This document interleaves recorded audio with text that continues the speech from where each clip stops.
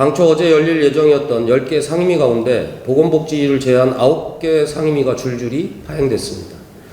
거대 양당의 정치적 이해관계와 정쟁이 국회를 멈춰 세운 것입니다. 국민 앞에 송구스러운 심정입니다. 역대 모든 국회가 낙제점이었지만 21대 국회, 특히 그 중에서도 최근 1년여의 모습은 정말 최악입니다. 작년 정기국회도 파동이 있었지만 정기국회 초입부터 이러지는 않았습니다. 정쟁과 당내 갈등이 우리 정치 전체를 지배하고 있습니다.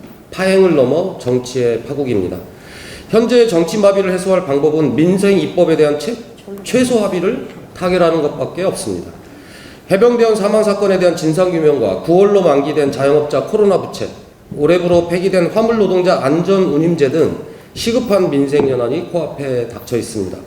더군다나 안전운임제 연장은 여야가 국민 앞에서 한 약속 아닙니까? 더 이상의 파행은 국민에 대한 도리도 아닐 뿐더러 죄악입니다. 당장 오늘부터 모든 상임위를 전면 재가동하고 시급한 민생 입법에 대한 최소 합의를 위한 여야 논의 테이블을 열 것을 거대 양당에 촉구합니다.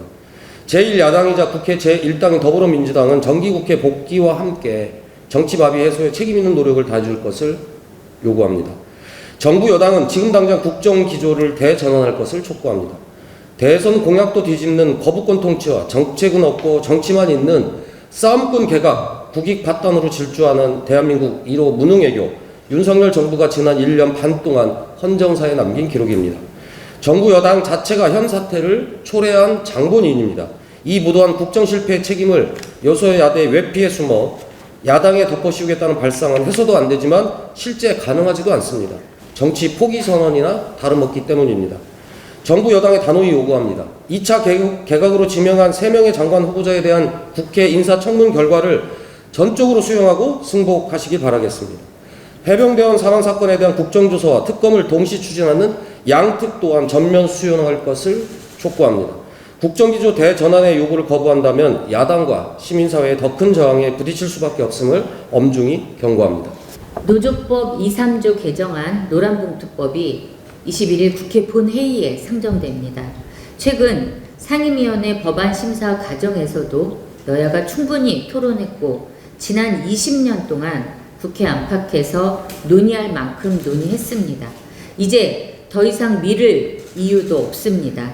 21대 국회의 마지막 정기국회에서 반드시 매듭지어야 합니다. 하지만 유감스럽게도 국민의힘이 필리버스터로 노란봉투법을 또다시 막아 나서겠다고 합니다. 좋습니다. 토론합시다. 필리버스터 합시다. 국회법에 있는 절차대로 하겠다는데 피할 이유가 없습니다. 국민들이 지켜보는 가운데 열리는 공개 토론을 마다할 이유도 없습니다. 저를 비롯한 정의당 모든 의원도 토론에 적극 참여하겠습니다. 국민의힘도 억지나 왜곡이 아니라 사실관계에 따라 솔직하게 토론에 임해 주시기 바랍니다. 그리고 이후 진행되는 국회 절차와 결정도 시민의 대표인 국회 입법자답게 존중하고 수용해 주십시오. 혹시라도 대통령 거부권 뒤에 숨는 비겁함과 꼼수는 없길 바랍니다. 정부 여당에도 다시 한번 분명히 말씀드립니다.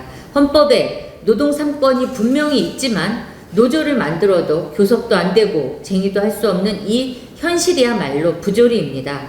노란봉투법은 이 상황을 바꾸기 위한 최소 입법입니다. 사용자 정의를 법원의 판단대로 실질적 지배력을 갖춘 이들까지 확대하고 쟁의행위의 이전과 마찬가지로 권리 분쟁을 포함하며 부르는 게 값인 무자비한 손해배상을 집단법인 노동조합법의 성격에 맞게 개선하는 게 전부입니다.